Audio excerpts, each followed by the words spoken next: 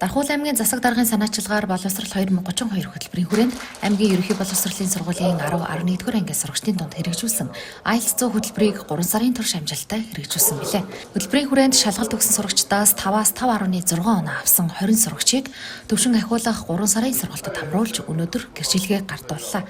Энэхүү IELTS хөтөлбөрийн хүрээнд сурагчид 108 академик цагийн хичээлийг судалж 4 удаагийн mock тестээр 1-1.5 оноогоор ахисан үзүүлдэг. Мөн эдгээр сурагчдаас 2 сурагч 7.5 онооны болцлыг хангасан амжилттайгаар хөтөлбөрийг өндөрлүүлж байна.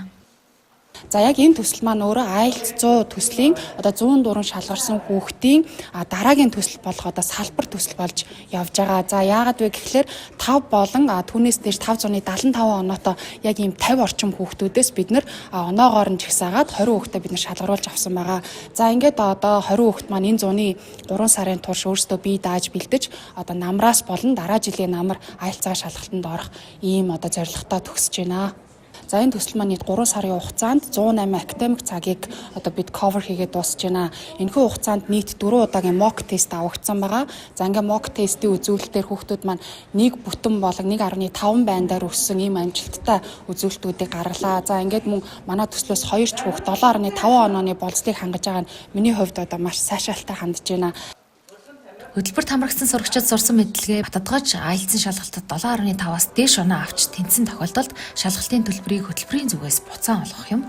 Хүүхдүүд 3 сарын хугацаанд англи хэлээр эссе бичих, сонсох чадвар, дүрмийн мэдлэгээ ахиулж, удахгүй болох IELTS-ийн шалгалтыг өгөхөөр хичээнгүйлэн бэлтгэж байна.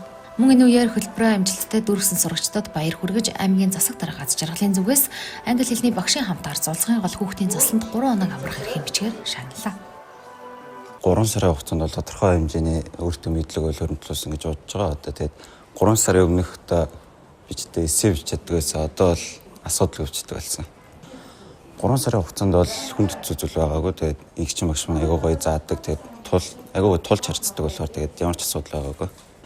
Энэ хөтөлбөрийг хэрэгжүүлж байгаа нь бол маш зөв. Тэгээд 25 онд ч тэгээд англи хэлээр ярьдаг хүүхдүүд хам үг ихч болсон баг. Жоох хөгтөж одоо манай дүүртэл тэгэл англи хэлээр бараг надад сайн яриад яваал. Энэ хөтөлбөрийг явуулж байгаа тэгээд дархны засаг даргын ах нар маань ингээд баярлснаа илэрхийлээ да. Би болохоор яг энэ төсөлд хамрагдахаас өмнө зөвхөн ингээд сургуулаасаа л ингээд англи хэлнийхаа ингээд мэдлэгийг аваад тэрүүгээрээ л ингээд өөрийгөө зохицуулаад яг ингээд тодорхой хэмжээнд л байсан. Тэгээд энэ төсөлд хамрагснаас хойш харьцангуй их сайн болсон.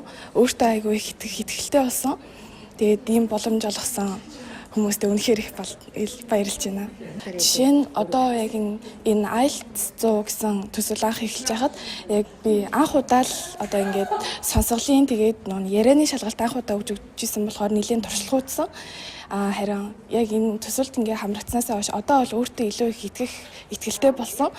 Тэгээд ингээд гадаад хүмүүстэй ч гэсэн ингээд яриа хийж үзсэн болохоор одоо л асуудалгүй болсон гэж бодож байгаа. Ингээд 3 сарын турш одоо ингээд бид нарыг ингээд хариуцаад явсан игчин багштай тэгээд ийм том боломжийг олгосон хүмүүстээ үнэхээр их баярлж байна. Баярлалаа гэж хэлмээр байна. Өнөөдрийн байдлаар Дархуул аймгийн хэмжээнд IELTS-ийн шалгалтад тэнцэж элсэлтийн шалгалтын оноогоо 800 оноогоор дүүцүүлсэн 51 сурагч байна. Энэ нь багш сурагчдад зориулсан англи хэлний мэдлэгээ дэвшлүүлэх төсөл хөтөлбөрүүдийн үр дүнж байж болох юм. Ирэх намраас IELTS 100 хөтөлбөр үргэлжилнэ.